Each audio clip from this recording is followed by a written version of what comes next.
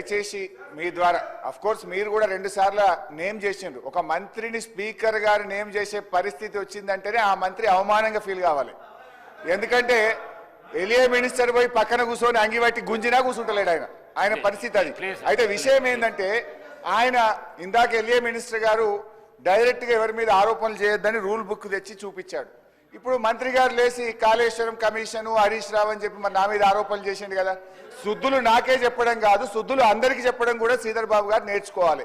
ఇప్పుడు ఆ విషయం కూడా మంత్రి గారు నా మీద చేసిన ఆరోపణల మీద చర్చ పెట్టండి, ఆన్సర్ ఇస్తా. మరి ఆయన వెంకటరెడ్డి గారి కమిషన్ లిస్టు చదవమంటే నేను చదువుతా. కాకపోతే నాకు విజ్ఞత ఉంది, నోటీస్ ఇచ్చి చదువుతా.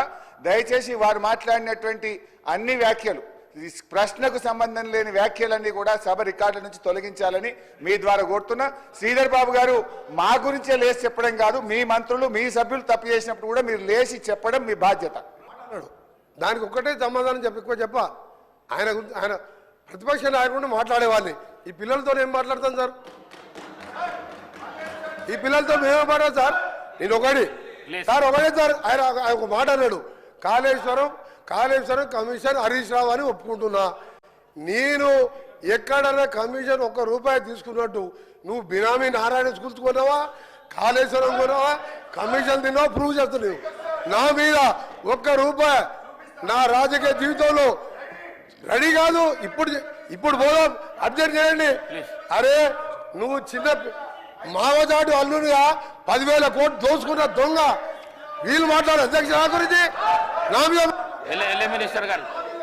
దయచేసి మీ ద్వారా అఫ్ కోర్స్ మీరు కూడా 2 సార్లు నేమ్ చేసిండ్రు. ఒక మంత్రిని స్పీకర్ గారు నేమ్ చేసే పరిస్థితి వచ్చిందంటేనే ఆ మంత్రి అవమానంగా ఫీల్ కావాలి. ఎందుకంటే ఎలియా మినిస్టర్ పోయి పక్కన కూర్చొని అంగిబట్టి గుంజినా కూర్చుంటలేడు ఆయన పరిస్థితి అది. అయితే విషయం ఏంటంటే ఆయన ఇందాక ఎలియా మినిస్టర్ గారు డైరెక్ట్గా ఎవరి మీద ఆరోపణలు చేయొద్దని రూల్ బుక్ తెచ్చి చూపించాడు. ఇప్పుడు మంత్రి గారు లేచి కాళేశ్వరం కమిషను హరీష్ రావు అని చెప్పి మరి నా మీద ఆరోపణలు చేసిండు కదా. శుద్ధులు నాకే చెప్పడం కాదు, శుద్ధులు అందరికీ చెప్పడం కూడా శ్రీధర్ బాబు గారు నేర్చుకోవాలి.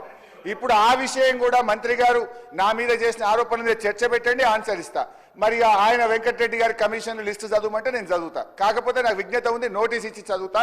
దయచేసి వారు మాట్లాడినటువంటి అన్ని వ్యాఖ్యలు, ప్రశ్నకు సంబంధం లేని వ్యాఖ్యలన్నీ కూడా సభ రికార్డుల నుంచి తొలగించాలని మీ ద్వారా కోరుతున్నా. శ్రీధర్ బాబు గారు మా గురించే లేచి చెప్పడం కాదు, మీ మంత్రులు మీ సభ్యులు తప్పు చేసినప్పుడు కూడా మీరు లేచి చెప్పడం మీ బాధ్యత.